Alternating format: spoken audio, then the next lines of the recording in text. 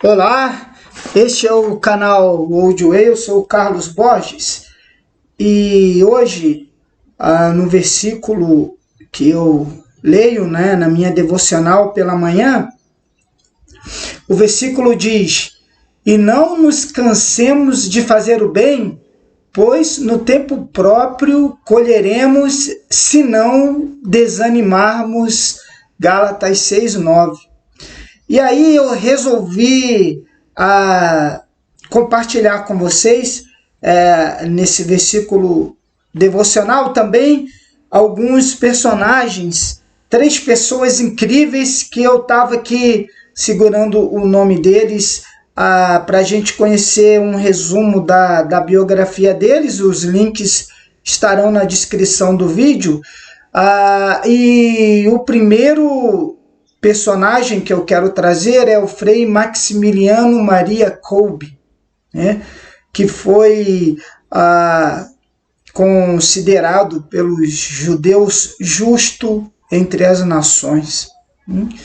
Um franciscano polonês que foi morto no famigerado campo de concentração de Auschwitz, há 80 anos atrás, em 14 de agosto de 1941, como punição por uma fuga. 3 prisioneiros fugiram e eles tinham lá, essas pessoas satânicas, eles tinham a punição: pegar 10 prisioneiros e colocar lá para morrer de fome, né? E um sargento do exército polonês foi escolhido, né, entre os prisioneiros, e teve uma crise de pânico, de choro, dizendo que não mais veria seus filhos, a sua esposa. E esse sargento, depois de tudo, viveu até os 94 anos, né? E aí o Frei Kolbe, vendo aquela cena, se apresentou voluntariamente para o castigo fatal no lugar do sargento. E os nazistas aceitaram, né, essa troca. Há diversos registros, inclusive depoimentos de testemunhas que sobreviveram ao Holocausto, sobre a passagem do padre pelo campo de concentração.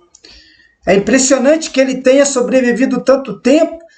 Já tinha mais ou menos 47 anos e tinha a saúde debilitada, tinha tuberculose, vários episódios de pneumonia. O quadro de pneumonia do padre se agravava devido aos banhos frios e a pouca disponibilidade de vestes.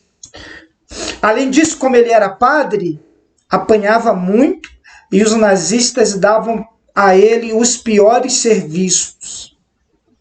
Quem sobreviveu a Auschwitz diz que a única forma de ele ter resistido por tanto tempo foi por conta da sua vida espiritual e de sua união tão profunda com Deus.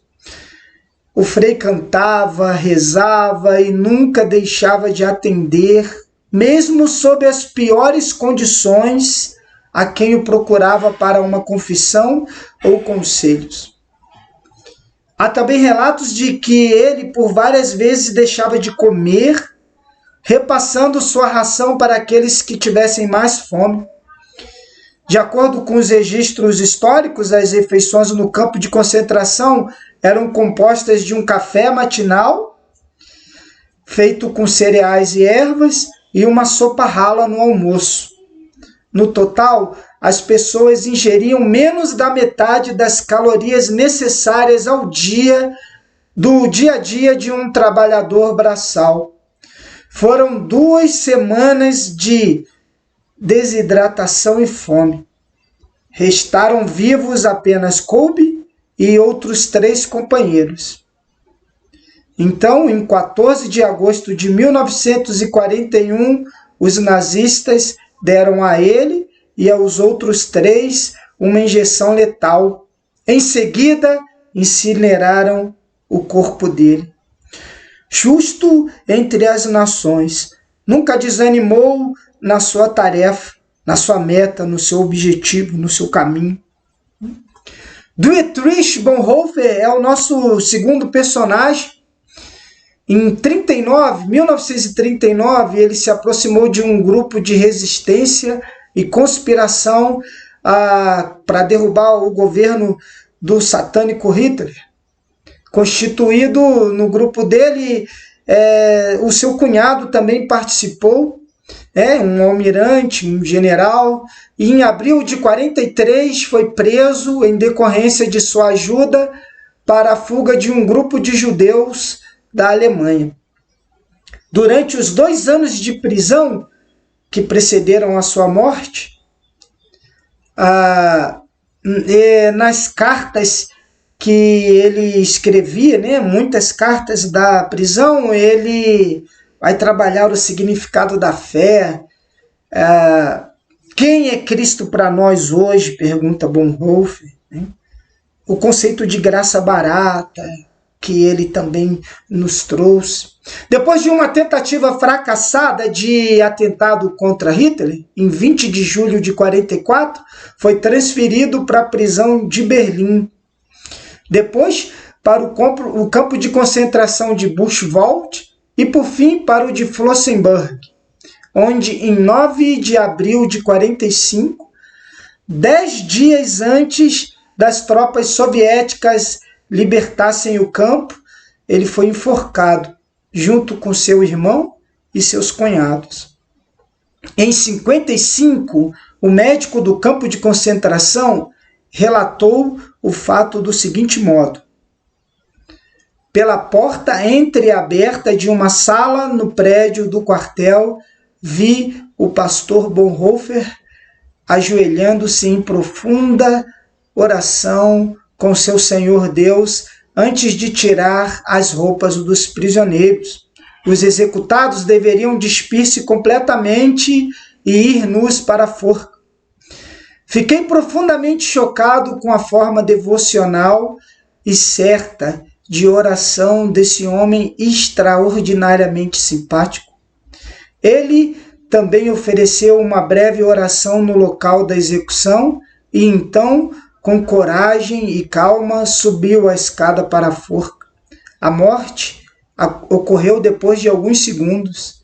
Em meus quase 50 anos de atividade médica, dificilmente vi um homem morrer com tanta devoção.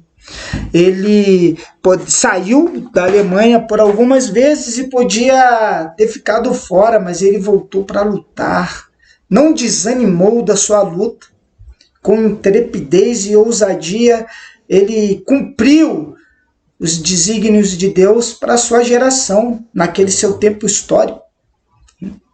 Fanny Crosby, a compositora cega de hinos evangélicos, que ficou conhecida como Fanny Crosby, nasceu em 24 de março de 1820, no município em Nova York, e tinha pouco mais de um mês de vida quando sofreu uma infecção nos olhos. O clínico geral estava fora da cidade e um outro médico foi chamado para tratar do caso. Ele receitou cataplasmas de mostarda quente e o efeito foi desastroso, pois deixou a menina cega para o resto da vida. Porém, o temperamento de Fanny era dócil e ela nunca se revoltou com a sua condição. Pelo contrário, mesmo que seus olhos físicos nada enxergassem, seus olhos espirituais a auxiliaram durante toda a sua vida, pois é precioso possuir os olhos da fé. Ela podia escrever hinos a qualquer momento e em qualquer lugar e não necessitava esperar um momento especial de inspiração. Seus melhores hinos surgiram desta maneira.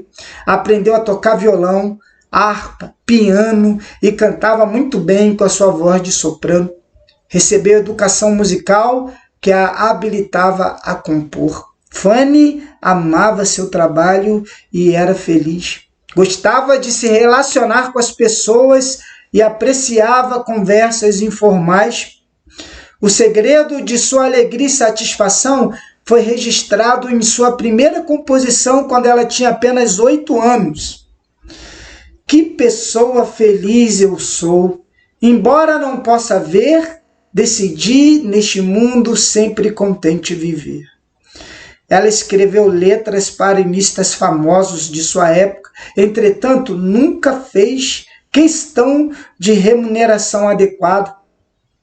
Morava em uma casa muito simples, vivia modestamente e dava muito do que recebia para os outros. Fanny escreveu cerca de 8.000 poemas, muitos dos quais nunca foram musicados. Publicou 4 volumes de suas obras poéticas. Fanny Crosby faleceu em 12 de fevereiro de 1915, aos 94 anos. Sobre desanimar ou reclamar, ouça o que Fanny Crosby diz: meu Jesus me guia sempre, que mais posso desejar? Duvidar do meu amado, do meu Deus desconfiar? Paz perfeita, gozo infindo, tenho e sua proteção, pois eu sei que por mim vela seu bondoso coração. O texto bíblico que li no começo: e não nos cansemos de fazer o bem, pois no tempo próprio colheremos, se não desanimarmos. Não desanimemos de fazer o bem, pois no tempo próprio colheremos. É isso. Obrigado por assistir o vídeo. Se você gostou, dê o seu like e considere se inscrever no canal. É isso e até mais, se Deus quiser. Esse é o canal Old Way, na velha estrada, a moda antiga.